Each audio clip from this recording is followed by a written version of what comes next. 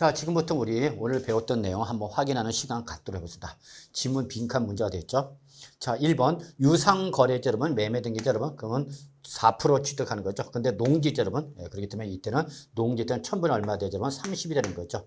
그래서 일반적인 부동산일 때는 1000분의 40이지만 농지이기 때문에 1000분의 30에 적용된다는 거 꼭 기억해 두셔야 되겠습니다. 자, 2번 공유물이나 합유물의 분할이죠, 여러분. 그러한 취득 등기로서 등기부 등본상 본인점을 초과하지 아니한 취득일 때는 이때는 바로 우리 무슨 세를 정의한 얘기죠, 여러분. 자, 이때는 바로 표준세에서 2%를 뺀 세를 빼야 되겠죠. 표준세에서 2%를 뺀 세율로 과세한다. 그래서 요 공유물이나 합유물의 분할이라든지 여러분 이럴 경우는 특례세율 적용 대상이 되는 거죠. 물론 공유물이나 합유물의 분할에 따른 표준세율을 물어보면 2.3%가 되는 거고 세율을 물어보면 여기서 2%를 뺀 특례세율 적용 대상이 된다는 거 확인해 두시기 바라겠습니다, 여러분. 자, 3번 개수죠, 여러분. 개수 무슨 취득? 간주 취득이죠. 그러면 항상 건축물 면적 증가 확인해라 했죠, 여러분. 증가를 했으니까 이때는 여러분 어떤 세율이죠, 여러분? 원시 취득세율 적용하는 거죠. 몇 프로 여러분? 2.8%로 과세한다는 거 꼭 기억해 두셔야죠. 근데 개수인데 건축물 면적 증가가 없다. 그럼 그때는 특례세율 몇 프로 여러분? 2% 과세하는 거 여러분 꼭 기억해 두셔야 되겠죠. 자, 4번 취득세 징수는 무슨 방법으로 징수한다? 자, 원칙이죠, 여러분. 원칙은 뭐죠, 여러분? 신고 납부가 되는 거죠.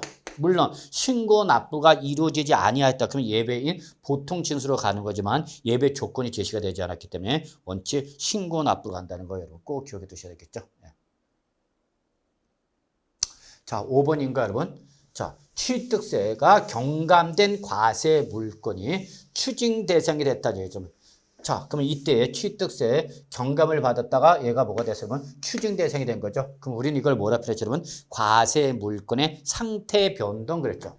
그때는 그 사유가 발생하나부터 며칠 이내죠, 여러분? 그쵸? 60일 이내죠? 60일 이내에 그 산출세액에서 이미 납부세, 산출세액에서 이미 납부세액을 뭐죠, 여러분? 빼거죠.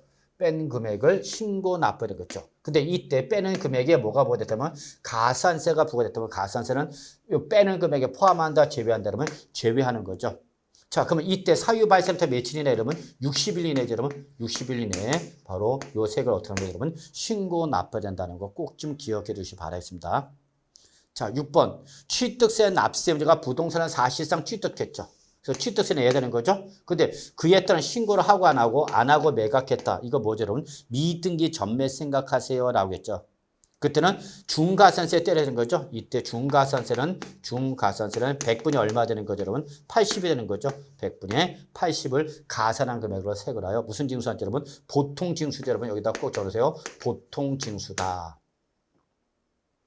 자, 그런데 여러분 다만 이렇게 취득세 납세자가 사실상 취득하고 그에 따른 신고를 하지 않고 매각했더라도 첫째, 등기 등록 대상이 아니거나 그죠, 여러분? 등기 등록 대상이 아니거나 물론 회원권을 제외한 거라 했죠, 여러분? 또는 무슨 취득일 때는 간주 취득일 때는 이때는 이 중가산세를 적용한다 안 한다? 안 한다라는 거 같이 꼭 기억해 두시기 바라겠습니다. 자, 7번이죠. 지방자치단체장 누구죠? 과세권자죠.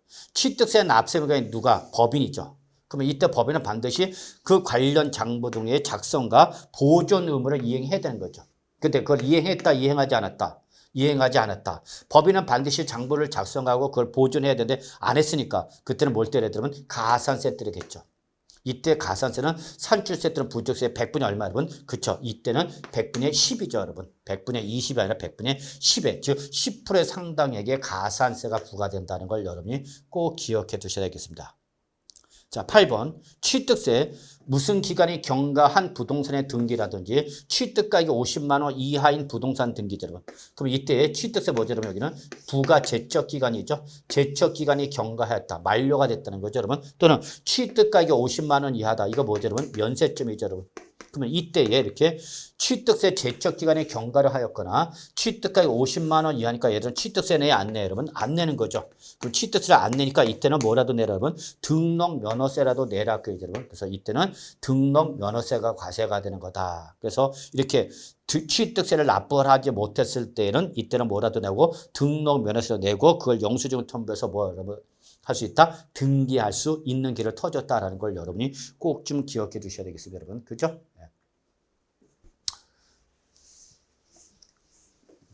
자, 이제 9번인가, 여러분? 예. 자, 부동산 등기에 대한 등록 면허세 납세지를 물어봤죠, 여러분. 그러면 항상 부동산에 대한 지방세는 항상 어디에 여러분? 부동산 소재지가 되는 거죠. 소재지다라는 거 잊지 마시고요. 이 부동산 소재는 뭐죠, 여러분? 원칙이죠.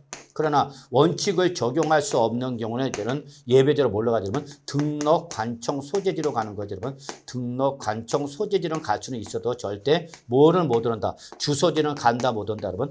못 간다. 꼭 기억두셔야죠.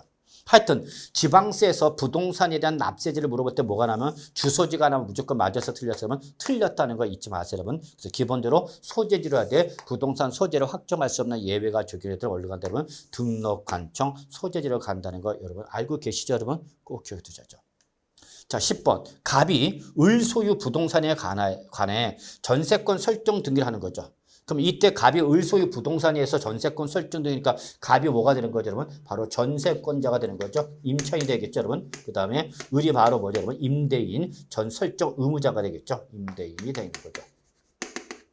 자, 그러면 전세권 설정 등기를 하는 경우 지방세법상 등록에 대한 등록면허세 납세는 누가 된 거냐? 갑이냐 을이냐? 그럼 이때 그 전세권 설정 등기는 갑의 명의로 하는가 을의 명의로 하는가? 아, 당연히 갑의 명의로 하는 거 아니야. 그러니까 등록면허세 납세는 누가 되는 거냐면 등기 명의자 갑이 되는 거 여러분부터 알고 계시죠, 여러분? 네, 그래서 여기까지가 이번 시간에 대한 매일 정리 노트 해설이 되겠습니다.